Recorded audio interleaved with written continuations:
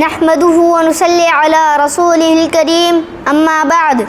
صدقہ ہے کائنات مدینے کے پھول کا، صدقہ ہے کائنات مدینے کے پھول کا، سکھلا دے اس کو کوئی اگر طرز مصطفیٰ، شیدا خدا پاک ہے خلق رسول کا، شیدا خدا پاک ہے خلق رسول کا، خوشبو بکھیرنے لگا کانٹا ببول کا۔ دوستو، کیا انسانوں کو صرف عبادت کی سوغات بارگاہ رب اور مولا کو راضی کرنے کے لیے پیدا کیا گیا؟ کیا زمین و آسمان کی تخلیق کا مقصد محض عبدیت کے اظہار کا ایک ذریعہ ہے؟ ہاں دوستو، کیا آپ سچ کو چھوڑ کر جنگلوں میں سنیاس اور پہاڑوں میں رہبانیت کے چراغ روشن کر کے اپنے رب اور مولا کو راضی کر لیں گے؟ نہیں دوستو، بالکل نہیں، بلکہ درد دل کے واسطے پیدا کیا انسان کو، درد دل کے واسطے پیدا کیا انسان کو، ورنہ طاعت کے لیے کچھ کم نہ تھے کرو بیاں۔ اسی سے سمجھ میں آتی ہے یہ حقیقت کہ زکوٰۃ کی کیا اہمیت اور افادیت ہے، اور یہی میرا آج کا موضوع سخن ہے۔ دوستو، کسی کے پیٹ میں بھوک سے آگ لگی ہو اور کوئی مرغ مسلم کھا رہا ہو، کوئی عید و بقر عید کے موقع پر بھی ایک ڈریس کو ترسے اور کسی کے بدن پر 1000 روپے میٹر کے لباس ہوں، ذرا غور کریں۔ کسی کے بچے عین عید کے دن برہنہ پا، ننگے سر اور پرانے لباس میں نماز عید ادا کریں، اور بازو میں ہی کسی کے بچوں کی اعلیٰ درق برق پوشاک، قیمتی جوتے اور انتہائی قیمتی ٹوپی نظر آئے، تب بتائیے کیسا لگے گا آپ کو وہ سماج، وہ معاشرہ؟ کیا آپ یہ نہیں کہیں گے اسی سوسائٹی کو دیکھ کر، سفر صحرا کا ہے اور دل میں خواہش تازہ پھولوں کی، سفر صحرا کا ہے اور دل میں خواہش تازہ پھولوں کی، قطار خندزن ہے دور تک سوکھے ببولوں کی۔ آہ، کون ہے ہمدرد ان غریبوں کا جن کے ساتھ یہ معاملہ کیا جا رہا ہے کہ گوشت ہم کھائیں اور ہڈیاں غریب پڑوسی کے آنگن میں پھینک دیں، مرغ مسلم ہم کھائیں اور خوشبو غریب پڑوسی کو پریشان کرے، عیش و عشرت ہمارے مہمان کرے اور تکلیف پڑوسی کی دہلیز پر ڈیرا ڈال دے۔ عید کا جلوس مسرت ہمارے گھر آئیں اور محرومیوں کا لٹا پٹا قافلہ پڑوسی کے سنگ در کی جانب چلا جائے، بلکہ سنگ دلی اتنی بڑھ جائے کہ بک رہا تھا وقت کے بازار میں میرا لہو، بک رہا تھا وقت کے بازار میں میرا لہو، میں نے دیکھا میرا ہمسایہ خریداروں میں تھا۔ دوستو، کسی مذہب کو دھیان نہیں ان غریبوں کی حاجات اور ضروریات کا،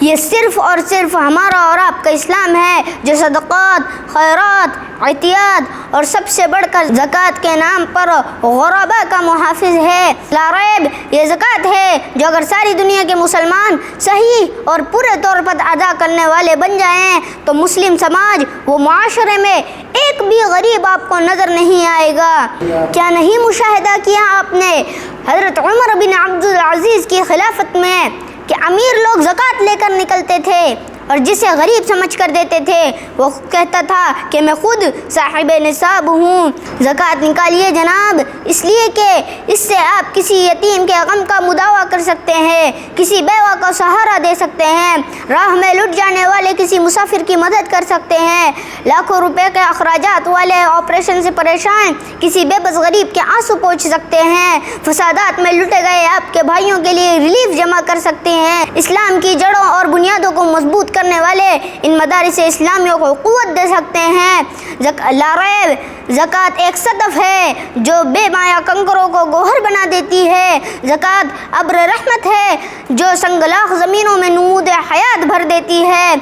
زکوٰۃ صبح کا سورج ہے جو غربت کے تاریک گوشوں کو نور کی سوغات عطا کرتی ہے، پس مردہ شدہ شاخوں پر گلابوں کو سجا دیتی ہے۔ صرف اس لیے خدا کا فرمان بھی ہے، امت پر احسان بھی، طرز رسول اللہ صلی اللہ علیہ وسلم بھی، حکم قرآن بھی، اور صالحین کا شیوہ بھی، اولیاء کا وطیرہ بھی۔ اظہار ہے اس بات کا کہ مسلمان صرف ایک جسم کے مانند ہے، اگر ایک عضو زخمی ہوتا ہے تو سارا بدن اس کے درد سے تڑپتا ہے۔ زکوٰۃ حب اللہ ہے جو اس بات کا احساس دلاتی ہے کہ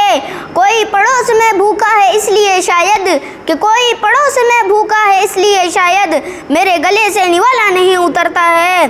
یقین کیجئے دوستو، آپ کا 100 روپے پر 2.5 روپیہ زکوٰۃ نکالنا آپ کے 97 روپے کو محفوظ کر دیتا ہے۔ 1 لاکھ پر 2,500 کی زکوٰۃ نکالنا آپ کے 97,500 روپے کو محفوظ کرتا ہے۔ نہیں ضائع ہوگا، کبھی نہیں ضائع ہوگا آپ کا مال۔ بھگتی ہوئی فسادات کی آگ میں، جنگل اور صحراؤں میں، سمندری جہازوں میں، جیٹ طیاروں میں، سرقوں اور چوری میں، لوگوں کو فقیر بنا دینے والی مندی میں، اس لیے کہ زکوٰۃ کی ادائیگی کے بعد اس مال کا محافظ اللہ ہے، جو علیم ہے، خبیر ہے، بصیر ہے۔ زکوٰۃ نکالیے، ضرور نکالیے، اس لیے کہ زکوٰۃ نکالنے والا دن بدن ترقی کرتا ہے۔ جیسے ایک ننھا سا بیج اپنی ہستی کو قربان کر دیتا ہے تو اس قربانی پر خدا سینکڑوں فٹ اونچا درخت عطا کرتا ہے۔ اسی طرح آپ کے 2.5 روپے کی قربانی پر آنے والے سال میں سینکڑوں، ہزاروں، لاکھوں سے بڑھ کر آپ کو پیش کرے گی۔ زکوٰۃ نکالیے تاکہ مدارس میں پڑھنے والے،